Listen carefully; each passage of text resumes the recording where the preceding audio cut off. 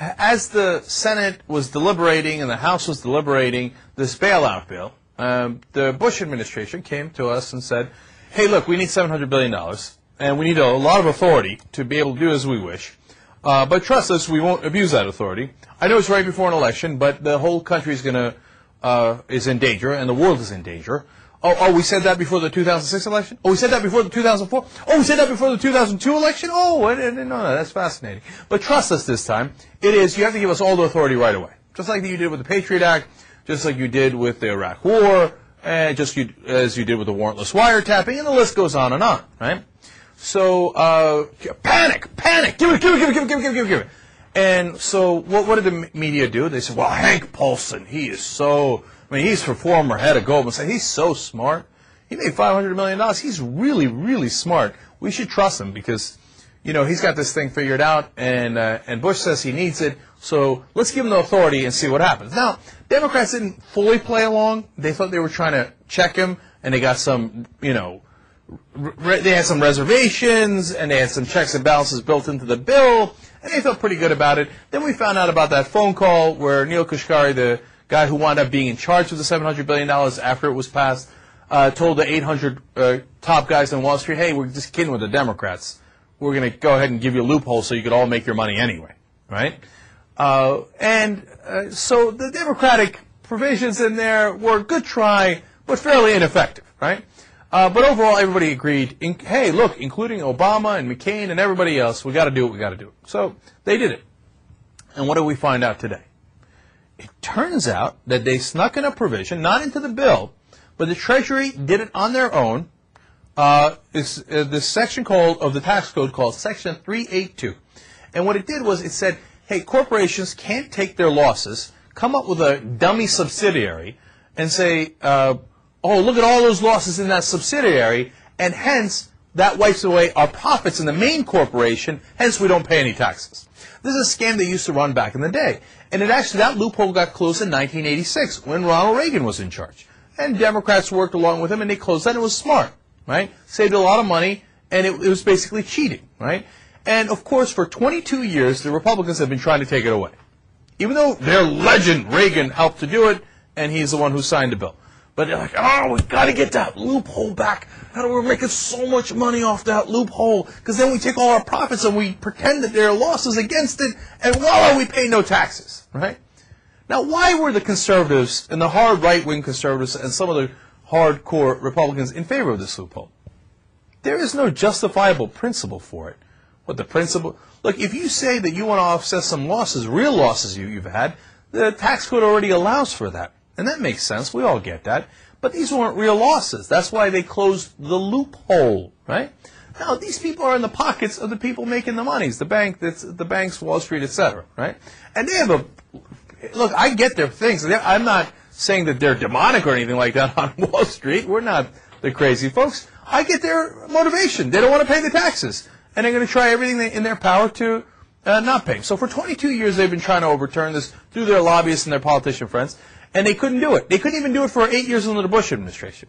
But there was a little clause that they added, in that bailout plan that said, hey, the Treasury Secretary has the right to do whatever he thinks is necessary to get this thing done. What are you? You give the Bush administration that kind of vague language at any point? Man, you have to be all over them. You cannot give them an inch. They're like, well, they said that we have the authority to execute this in any way. Now, I know you need the authority to execute the bill. That's how it normally works. But they're like, good enough, vague enough for us. We have now repealed Section 382 unilaterally, which they actually cannot do. The Congress has to do that. They believe that this action is illegal. Even some of the Republicans in the Senate are outraged, like Chuck Grassley from Iowa, and he thinks it's illegal, right? Now, he's dancing around it now. He's told the Washington Post that he's very, very uncomfortable about it, but he's not absolutely certain that it's illegal yet, okay? But here's the clincher. Once they put it out there, the banks did the mergers, and they said, oh, the Wachovia merged, and then there was two other mergers that were that they mentioned in the story, and then they turned around and they said, oh, but we relied on this statement from the Treasury Secretary saying that we could write off those losses, and For one of the mergers that has a $5 billion effect. For another one, it has a $25 billion effect. Now you can't go and unchange the law on us. That would be unfair to us. And you would risk the rest of the economy, and you would risk financial turmoil. Are you going to do that? Are you going to do that? So now everybody's stuck. Grassley doesn't like it, and he's a Republican. Schumer doesn't like it. He's a Democrat. But they're deathly afraid of even talking about it in public because it might send Wall Street tumbling again and the stock market tumbling again. So how much is this going to cost us? $140 billion, according to the top tax experts in the country.